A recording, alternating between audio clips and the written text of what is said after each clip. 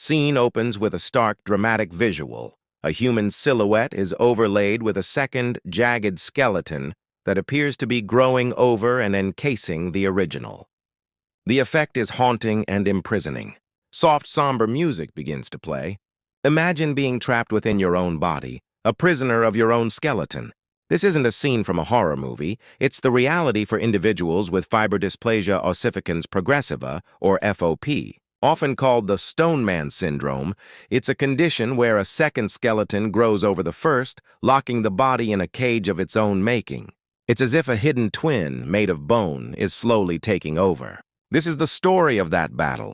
A fight waged not against an external enemy, but against one's own genetic code.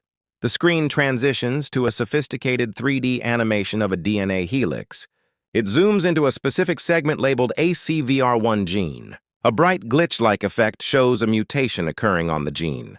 The animation then shifts to show cellular activity, where soft tissue cells are incorrectly transforming into bone cells.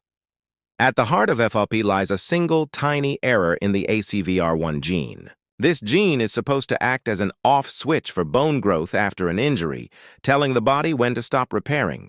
In people with FOP, that switch is broken. Any minor bump, bruise, or even a viral infection can trigger a catastrophic response. Instead of healing normally, the body's repair mechanism goes into overdrive, mistakenly commanding muscles, tendons, and ligaments to transform into solid bone.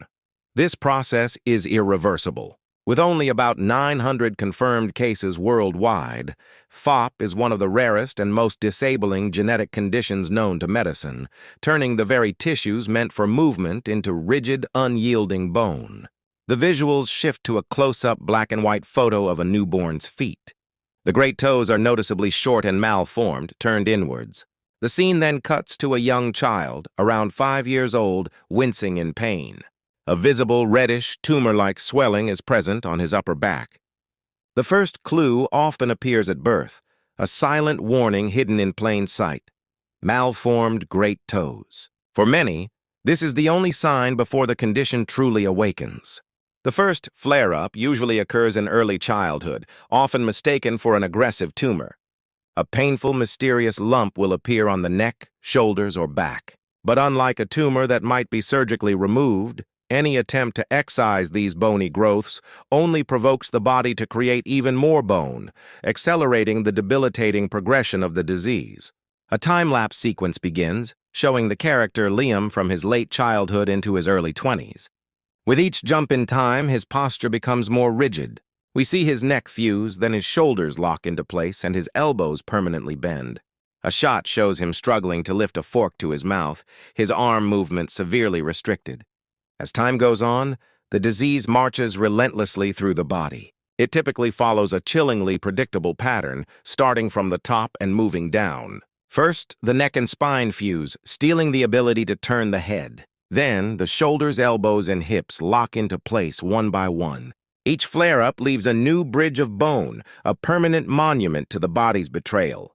Simple daily actions that we take for granted, brushing our teeth, tying our shoes, or giving a hug, become monumental challenges or outright impossibilities for someone like Liam, as his world progressively shrinks. The scene shows Liam in his current life. He uses a specialized grabber tool to pick up a book from a shelf. The camera then pans over an anatomical illustration of a rib cage, showing extra bone formations constricting the lungs, symbolizing the life-threatening impact on breathing. Living with FOP is a constant negotiation with a body that has become a fortress. Individuals must learn to navigate their world with extreme caution, as any minor fall or injury can trigger a new wave of bone formation and further loss of mobility. Assistive devices become extensions of their will, helping them reclaim a degree of independence. But the threat is ever present. As extra bone forms around the rib cage, it begins to tighten its grip, restricting the lungs and making every breath a conscious effort. This thoracic insufficiency syndrome is one of the most life-threatening complications of the disease. The final sequence shows bright modern laboratory settings with scientists collaborating and examining data on screens. This is intercut with abstract visuals representing clinical trial data and molecular drug models. The scene then transitions to a video call. showing a group of people with FOP and their families from around the world, smiling and offering support. The video closes with a powerful shot of Liam at a coastline, looking out at the vast ocean horizon with a look of quiet determination and hope. Yet even in the face of such a formidable condition, there is a powerful current of hope. For the first time in history, scientific breakthroughs are leading to promising treatments. Researchers are developing drugs designed to target the faulty ACVR1 pathway with the goal of stopping the rogue bone growth in its tracks. In this difficult journey, no one walks alone. A tight-knit global community of patients, families, and researchers offers unwavering support, sharing knowledge and strength. While the past was written in bone, the future is a story still waiting to be told, a story of resilience, community, and the unyielding human spirit.